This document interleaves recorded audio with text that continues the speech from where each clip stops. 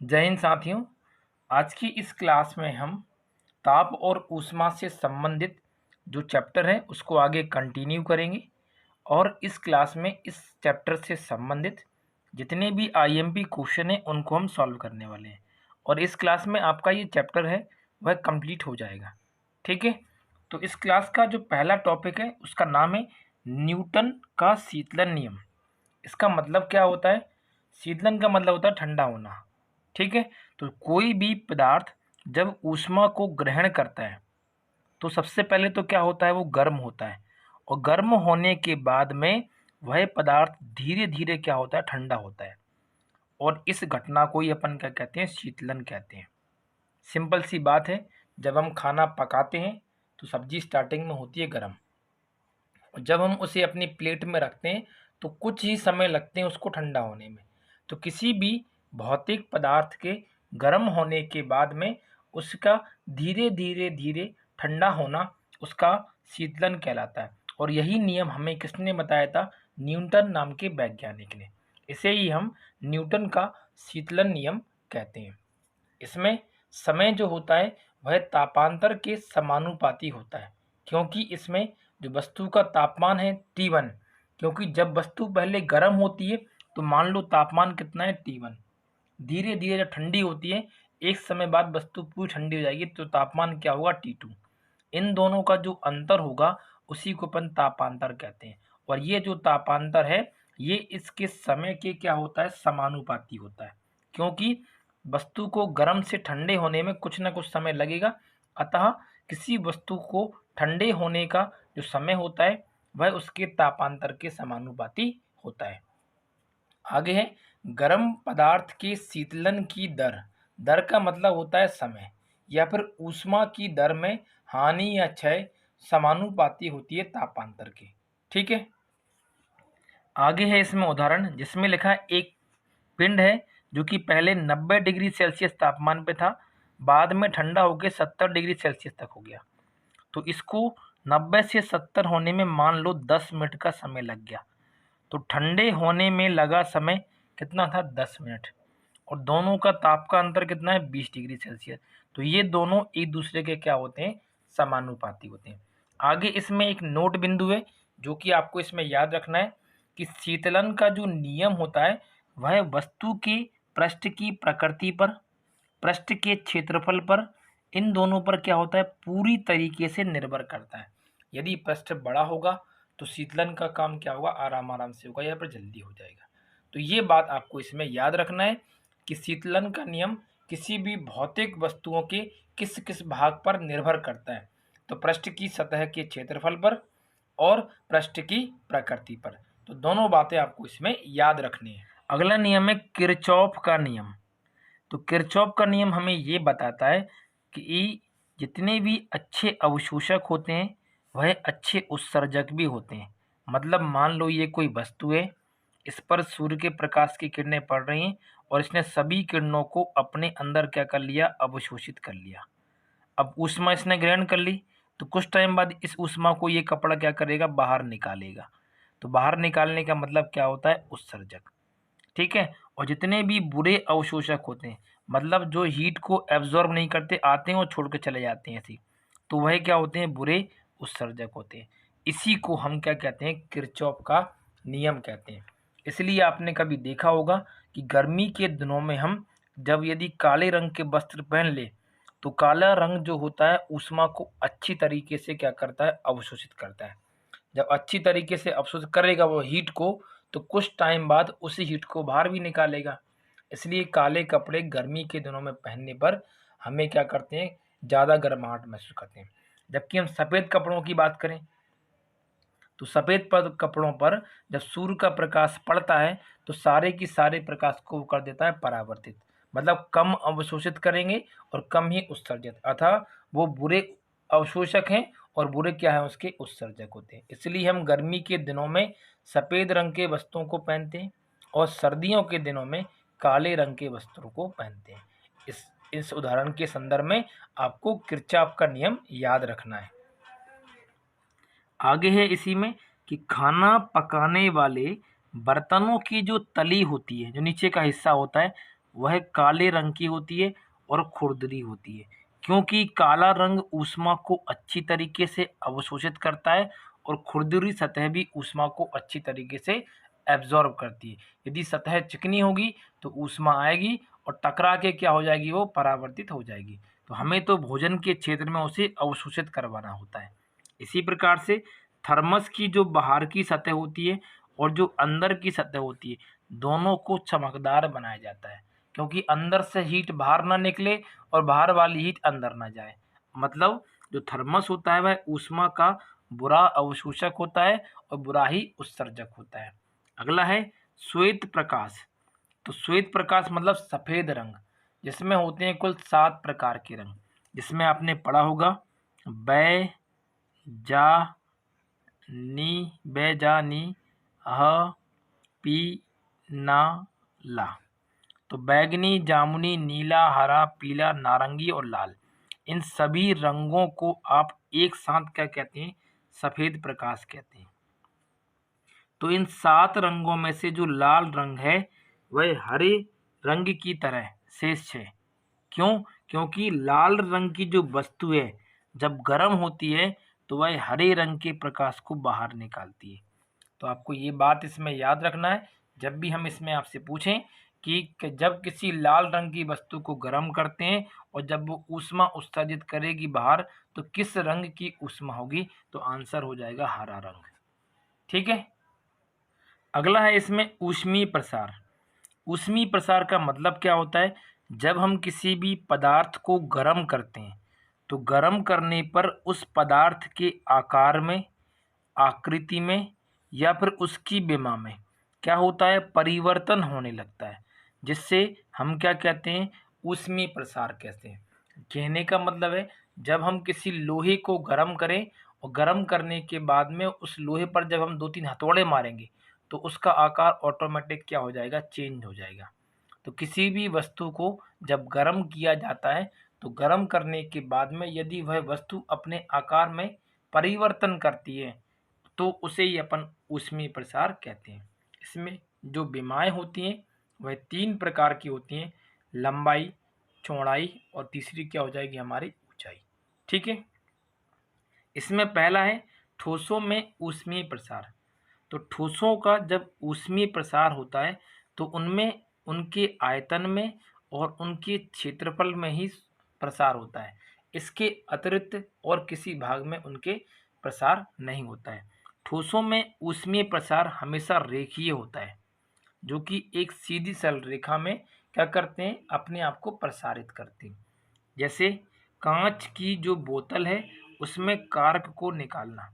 यदि आप कभी प्रयोगशाला गए हो तो प्रयोगशाला में कांच का ऐसा एक फ्लास्क बना होता है। इस फ्लास्क के ऊपर एक ढक्कन लगा होता है रबड़ का, जिसे अपन क्या कहते हैं, कॉर्क कहते हैं। तो ये इसमें फंस गया है, इसको निकालना है हमको।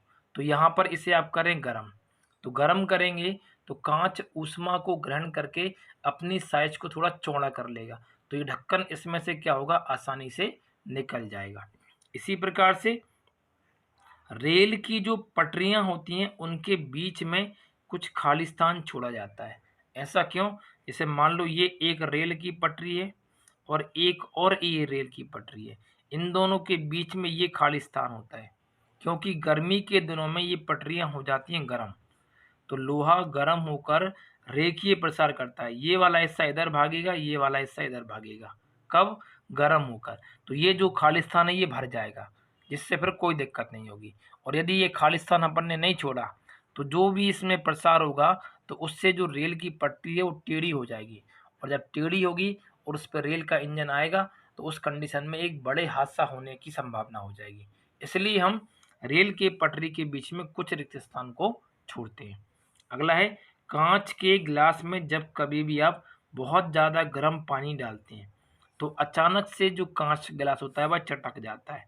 ऐसा ऊष्मीय प्रसार की वजह से होता है, क्योंकि कांच उस गर्म ऊष्मा को ग्रहण करने की कोशिश करता है और जब वो ऊष्मा बहुत ज़्यादा हो जाती है तो कांच स्वयं को प्रसारित करके फोड़ लेता है। ठीक है। आगे है इसी में, कांच ऊष्मा का सुचालक नहीं है, मतलब इसके अंदर से ऊष्मा सुचालित नहीं होती है, इसलिए गर्म पानी डालने पर उसकी अंदर सतह गर्म होकर क्या हो जाती है, चटक जाती है। तो आप इस बात को याद रखेंगे कि कांच में ऊष्मा प्रवाहित होती है कि नहीं होती है, तो आंसर हो जाएगा कांच में ऊष्मा प्रवाहित नहीं होती है। ठीक है, इसी का एक और एग्जाम्पल है कि गर्मी के दिनों में आपने कभी देखा हो टेलीफोन के या फिर बिजली के तारों जो कि केबल वगैरह के बने हुए हैं, तो जब वो गर्म होते हैं तो वो ढीले हो जाते हैं, लेकिन सर्दी के दिनों में जब वो ठंडे होते हैं तो वो कैसे खिंच जाते हैं ऐसे। यदि मान लो ढीला ना छोड़ें उनको तो वो खंभे उखड़ जाएंगे, क्योंकि इतना ज़्यादा तनाव उत्पन्न होगा उसमें, खंभे जो लाइन है पूरी की पूरी गिर जाएगी और उसमें भी एक बहुत बड़ा हादसा होने की संभावना हो जाएगी। तो टेलीफोन और विद्युतीय तारों को ढीला छोड़ना ठोस पदार्थों में ऊष्मीय प्रसार से संबंधित एक उदाहरण है। ठीक है, अगला है कि द्रव पदार्थों में ऊष्मीय प्रसार। तो किसी भी द्रव पदार्थ में केवल उनके आयतन में प्रसार होता है, उनके क्षेत्रफल में किसी भी प्रकार का प्रसार नहीं होता है। जैसे सर्दी के दिनों में जो पानी के पाइप होते हैं वह कभी कभी क्या होते हैं, फट जाते हैं, क्योंकि उनके अंदर जो पानी होता है वह बर्फ के रूप में 0 डिग्री सेल्सियस तापमान पर क्या होता है, गर्म हो जाता है, सॉरी जम जाता है, सॉरी क्योंकि 0 डिग्री सेल्सियस के तापमान पर पाइप के अंदर का पानी बर्फ बन जाता है, जिससे पाइप के अंदर का आयतन सामान्य आयतन की तुलना में बढ़ जाता है और पाइप ऑटोमेटिक चटक जाता है। ठीक है, इसमें एक नोट पॉइंट याद रखेंगे कि जल का सबसे ज़्यादा घनत्व 4 डिग्री सेल्सियस के तापमान पर होता है। ठीक है, अगला है गैसीय पदार्थों में ऊष्मीय प्रसार। तो गैसीय पदार्थों में ऊष्मीय प्रसार भी केवल उनके आयतन में ही होता है। अतः हम कह सकते हैं कि ठोस पदार्थों में आयतन और क्षेत्रफल दोनों में प्रसार होता है, लेकिन द्रव और गैस पदार्थों में केवल और केवल आयतन में ही ऊष्मीय प्रसार होता है। जैसे गर्मी के दिनों में साइकिल या जो मोटर वाहन के व्हीकल हैं, जितने भी व्हीकल हैं उनके जो ट्यूब होते हैं वह अचानक से फट जाते हैं, क्योंकि अंदर की जो वायु होती है वह बाहर से ऊष्मा ग्रहण करके, क्योंकि टायर गर्म हो जाता है तो ट्यूब भी गर्म होगा, तो अंदर की हवा भी गर्म होगी, तो उसके अंदर का दाब अचानक से बढ़ जाता है तापमान की वजह से, जिसकी वजह से ट्यूब क्या होता है, फट जाता है। ठीक है, तो ये बात आपको इसमें याद रखनी है। अगला बिंदु है कि तापमान में वृद्धि करने पर ऊष्मीय प्रसार के मान में क्या होती है, वृद्धि होती है। लेकिन ये वृद्धि किस प्रकार से होती है, गैसों का ऊष्मीय प्रसार सबसे ज़्यादा होता है, इससे कम किसका होता है, द्रवों का, और सबसे कम किसका होता है, ठोस का। अतः आपको याद रखना है कि सबसे ज़्यादा ऊष्मीय प्रसार गैसों में होता है और सबसे कम किस में होता है, ठोसों में होता है। आगे हैं कुछ महत्वपूर्ण तथ्य। इसमें पहला बिंदु है कि जो विशिष्ट ऊष्मा होती है उसका एसआई मात्रक जूल बटे किलोग्राम डिग्री सेल्सियस होता है, जो कि इसका एसआई मात्रक होता है। इसी को अपन इसका एमकेएस मात्रक भी कहते हैं। और इसी का जो सीजीएस मात्रक होगा, तो जूल की जगह आप यूज़ करेंगे कैलोरी, किलोग्राम की जगह यूज़ करेंगे आप ग्राम, और पीछे क्या जाएगा आपका डिग्री सेल्सियस। ठीक है, आगे सबसे कम विशिष्ट ऊष्मा का मान सीसा का होता है, इससे अपन क्या कहते हैं, लेड कहते हैं, पीवी को ही अपन लेड कहते हैं। और सबसे अधिक विशिष्ट ऊष्मा का मान जल का होता है, क्योंकि जल विशिष्ट ऊष्मा को ग्रहण करके क्या करती है, अपने आप की जो तापमान है उसको बढ़ा लेती है। अगला है ऊष्माधारिता। किसी भी पदार्थ के द्वारा ऊष्मा को ग्रहण करने की क्षमता को हम उस पदार्थ की ऊष्माधारिता कहते हैं। इसका एसआई मात्रक जूल बटे डिग्री सेल्सियस होता है और सीजीएस मात्रक कैलोरी बटे डिग्री सेल्सियस होता है। अगला है गुप्त ऊष्मा।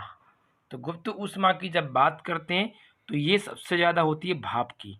कई बार आपने पढ़ा होगा कि भाप से हमारा जो हाथ होता है वो जल जाए तो उसमें जलन पैदा होती है, लेकिन जनरली यदि हम सेम तापमान के पानी में हाथ डाल दें तो उसमें हमारे हाथ को कोई ज़्यादा फर्क नहीं पड़ता है। ऐसा इसलिए होता है क्योंकि जो भाप होती है उसकी गुप्त ऊष्मा का मान ज़्यादा होता है, किसकी तुलना में, जल की तुलना में।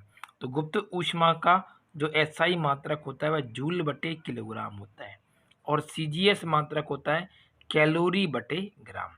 तो ये पॉइंट भी आप इसमें याद रखेंगे कि भाप की गुप्त ऊष्मा का मान ज़्यादा होता है और गर्म पानी की गुप्त ऊष्मा का मान कम होता है, इसलिए इसमें जलन ज़्यादा होती है और इस वाले में कम होती है।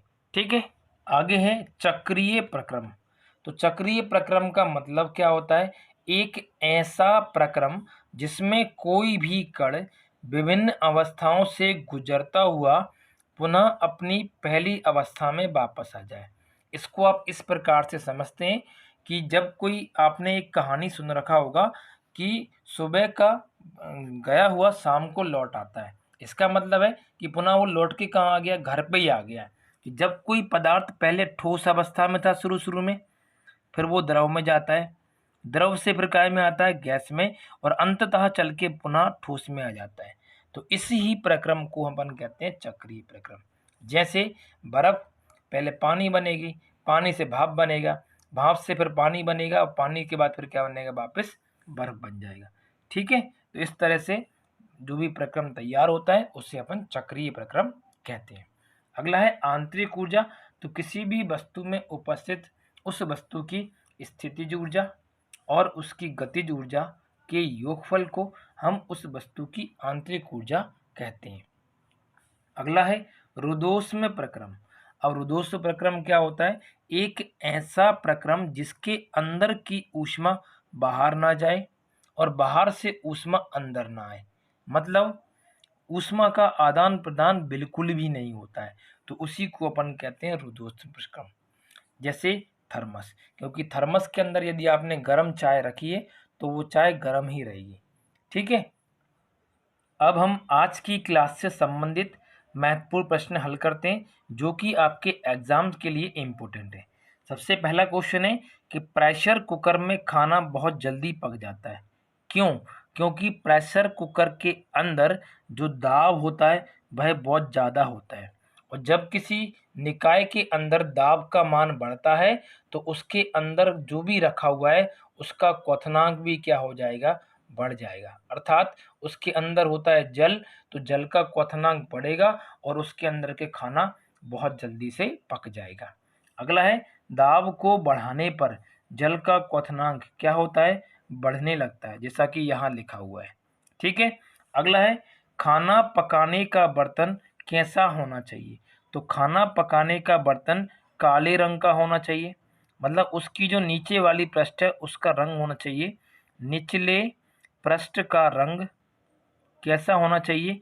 काला होना चाहिए और खुरदुरा होना चाहिए, जिससे वो ऊष्मा को अच्छी तरीके से अवशोषित कर सके और उसमें उच्च विशिष्ट ऊष्मा होनी चाहिए। ठीक है, अगला है कमरे में रखे रेफ्रिजरेटर का दरवाजा खोल दिया जाता है तो कमरे का तापमान क्या होगा? बढ़ेगा या कम होगा? तो इस स्थिति में कमरे का तापमान बढ़ जाएगा, ना कि कम होगा। नहीं तो आप समझें इसमें कि फ्रिज का गेट खोल दिया तो बाहर जो कमरा है आपका वो ठंडा हो जाएगा, क्योंकि फ्रिज एसी नहीं है। एसी एसी है, फ्रिज फ्रिज है।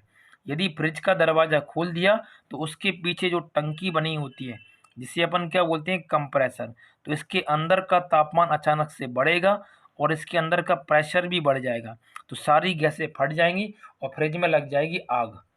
तो ये गलती कभी ना करें कि फ्रिज के गेट को आप खुला छोड़ दें, तो इस बात का विशेष ध्यान रखें। इसी में प्रश्न है कि फ्रिज के अंदर फ्रिज को ठंडा करने के लिए कौन कौन सी गैसों का प्रयोग होता है? या तो सल्फर डाइऑक्साइड यूज़ कर सकते हैं आप, या फिर कार्बन डाइऑक्साइड, या फिर अमोनिया, या फिर CFC क्लोरोफ्लोरोकार्बन। इनमें से किसी भी एक गैस का प्रयोग हम फ्रिज के अंदर प्रशीतक के रूप में करते हैं। ठीक है, अगला है कार, इंजन या वाहनों में रेडिएटर का कार्य क्या होता है? तो यह रेडिएटर को अंदर से ठंडा रखता है, इंजन को अंदर से ठंडा ठंडा करता है, और ये होता है संवहन विधि से। ठीक है, बर्फ के टुकड़ों को जब आपस में दबाने पर टुकड़े आपस में चिपक जाते हैं, तो ये बात किस वैज्ञानिक ने हमें बताई थी? तो ये बताई थी डेवी नाम के वैज्ञानिक ने। और इस स्थिति में होता क्या है, जब हम किसी दो वस्तुओं को आपस में दबाते हैं तो उनके अंदर का दाब बढ़ जाता है, और जब जब दाब बढ़ता है तो गलनांक का मान क्या होने लगता है, कम, जिसकी वजह से वो दोनों आपस में क्या हो जाते हैं, चिपक जाते हैं। अगला क्वेश्चन है कि सामान्यतः ट्यूबलाइट में कौन सी गैस भरी होती है। तो ट्यूबलाइट के अंदर आर्गन गैस का प्रयोग करते हैं, और आर्गन के साथ में जो Hg होता है, जिसे अपन पारा कहते हैं, उसे अपन वाष्प अवस्था में भरते हैं, और ये किस अवस्था में होता है, गैसीय अवस्था में। तो ये दो बातें आपको इसमें याद रखना है।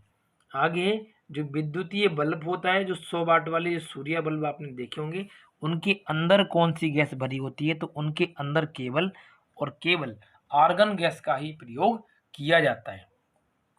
अगला प्रश्न है कि गर्म जल जो कि 90 डिग्री सेल्सियस से 80 डिग्री सेल्सियस ठंडा होने में 10 मिनट का समय लेता है, तो 80 डिग्री सेल्सियस से 70 डिग्री सेल्सियस ठंडा होने में कितना समय लगेगा। तो इस स्थिति में क्या होगा, जैसे जैसे कोई भी वस्तु अपने तापमान को कम करती है तो शुरुआत में समय क्या होता है, कम लगता है, क्योंकि जल ज़्यादा गर्म होती है तो आसानी से ठंडी हो जाती है। जब वो एक बार ठंडी हो गई है तो उसके बाद उसको ठंडा होने में और ज़्यादा समय लगता है। तो इस बात को आप थोड़ा याद रखना, नहीं तो आप इसको उल्टा समझ बैठे। जैसे 90 से 80 पहुंचने में 10 मिनट लग गए, तो 80 से 70 पहुंचने में 10 मिनट से कम नहीं होगा, बल्कि 10 मिनट से ज़्यादा समय लगेगा। ये पॉइंट आपके एग्जाम के लिए IMP है, इसे आप याद रखेंगे। और ये घटना होती है न्यूटन के शीतलन के नियम के अनुसार। ठीक है। अगला प्रश्न है हमारा कि गैस तापमापी और द्रव तापमापी में सबसे ज़्यादा संवेदनशील तापमापी कौन सा होता है। चूँकि गैस आसानी से रिलीज हो जाती है, द्रव को रिलीज करना थोड़ा कठिन है, तो गैस तापमापी जो होता है वो ज़्यादा संवेदनशील होता है, क्योंकि द्रव गैस की तुलना में जल्दी फैल जाती है। तो इसका आंसर हो जाएगा गैस तापमापी। ठीक है। अगला प्रश्न है इसमें कि किसी भी वस्तु को जब गर्म करते हैं तो उसके अंदर के जो अणु होते हैं उनकी जो गति या चाल होती है उसके मान में वृद्धि होती है या फिर कमी होती है। तो आंसर हो जाएगा वृद्धि होती है, अर्थात चाल उसकी बढ़ जाती है। अगला प्रश्न है कि जब किसी द्रव पदार्थ को लगातार मंथन किया जाता है तो उसका तापमान बढ़ जाता है, क्यों। मंथन करने का मतलब है चीज़ों को घिसना। जब हम अपनी हथेलियों को लगातार घिसते हैं तो उनका तापमान भी क्या होता है, बढ़ जाता है, क्योंकि इस स्थिति में उनकी जो यांत्रिक ऊर्जा होती है वह ऊष्मीय ऊर्जा में परिवर्तित हो जाती है। मंथन का मतलब होता है जैसे एक मटके में मान लो क्या रखा हुआ है, दही रखा है, और ऊपर आपने इसमें लगा दी मशीन। तो जो मशीन होती है वह इसको लगातार मंथने का काम करती है। तो मशीन से उत्पन्न होने वाली ऊर्जा होती है यांत्रिक ऊर्जा, और ये कन्वर्ट क्या में हो रही है, ऊष्मा में। अतः मंथने के केस में यांत्रिक ऊर्जा ऊष्मीय ऊर्जा में परिवर्तित हो जाती है।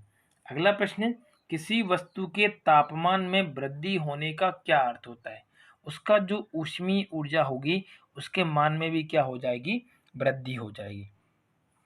अगला प्रश्न है कि ऊष्मा की परिकल्पना सबसे पहले कौन से वैज्ञानिक ने करी थी। तो इसका आंसर हो जाएगा रमफोर्ड नाम के वैज्ञानिक। ऊष्मा के बारे में सबसे पहले हमें रमफोर्ड नाम के वैज्ञानिक ने बताया था। अगला प्रश्न है कि ऊष्मा का यांत्रिक तुल्यांक निम्न में से कौन सा होगा। तो ऊष्मा का यांत्रिक तुल्यांक जो होता है वह 4186 जूल बटे किलो कैलोरी। ये बात भी सही है। यदि इसे आप कन्वर्ट करेंगे कैलोरी में तो ये वाला आंसर भी सही निकलेगा, और कन्वर्ट करेंगे जूल बटे कैलोरी में तो ये आंसर भी सही निकलेगा, क्योंकि किलो का मतलब होता है 1000, तो 1000 का भाग लगाएंगे तो ये मान मिल जाएगा। तो ये वाला ऑप्शन भी सही है, ये वाला ऑप्शन भी सही है। जूल है, इसको अपन ने चेंज कर दिया कैलोरी में, क्योंकि 1 जूल का मतलब होता है 10⁻7 अर्घ, और यहाँ से किलो से आप 1000 से भाग लगाएंगे तो ये वैल्यू मिल जाएगी। तो ये ऑप्शन भी सही है। तो इस प्रश्न का जो सही आंसर होगा वह क्या हो जाएगा, उपयुक्त सभी। अगला प्रश्न है कि निम्न में से कौन सा सही है। तो मैंने पीछे आपको पढ़ाया था कि जो तुल्यांकी उसका ऊष्मा का भाव होता है वह J बराबर होता है Q W अपॉन Q। जहाँ W बराबर होता है कार्य और Q बराबर क्या होती है उसकी ऊष्मा। तो ऑप्शन नंबर ए इस क्वेश्चन का सही आंसर होगा। अगला प्रश्न है कि शीतकाल में हैंडपंप का पानी गर्म हो जाता है, क्यों? क्योंकि शीतकाल के समय जब कभी देखा होगा आप लोगों ने पानी निकलते हुए हैंडपंप से, तो वो पानी में से भाप बाहर निकलती है, क्योंकि बाहर के वायुमंडल की तुलना में मिट्टी के अंदर जो पानी है उसका तापमान क्या होता है, कम होता है। ऊपर तापमान ज़्यादा है तो हमें लगता है कि वो गर्म है, एक्चुअल में वो गर्म नहीं होता है, तापांतर की वजह से वो ऐसा होता है। तो इसका आंसर क्या हो जाएगा, तापांतर की वजह से। भूमि के अंदर तापमान क्या होता है, ज़्यादा होता है, और भूमि के ऊपर तापमान क्या होता है, कम। तो तापांतर इसका क्या हो जाएगा, सही आंसर हो जाएगा। अगला है तापमान का एसआई मात्रक क्या होता है, केल्विन। प्रतिरोध का एसआई मात्रक क्या होता है, ओम होता है। श्यानता का एसआई मात्रक क्या होता है, पॉइज होता है। ठीक है। अगला प्रश्न है कि 25 डिग्री सेल्सियस के तापमान के मान को फ़ारेनहाइट, केल्विन, र्यूमर और रैंकिन में ज्ञात करें। और ये क्वेश्चन आपको मैं होमवर्क में दे रहा हूँ और आपको इस क्वेश्चन को होमवर्क में करके लाना है। ठीक है। इस क्लास की जो पीडीएफ होगी भाई आपको हमारे टेलीग्राम के चैनल पर शेयर कर दी जाएगी, वहाँ से आप इसे प्राप्त कर सकते हैं। तो आज की क्लास के लिए इतना ही, मिलते हैं हम अगली क्लास में। तब तक के लिए नमस्कार, धन्यवाद।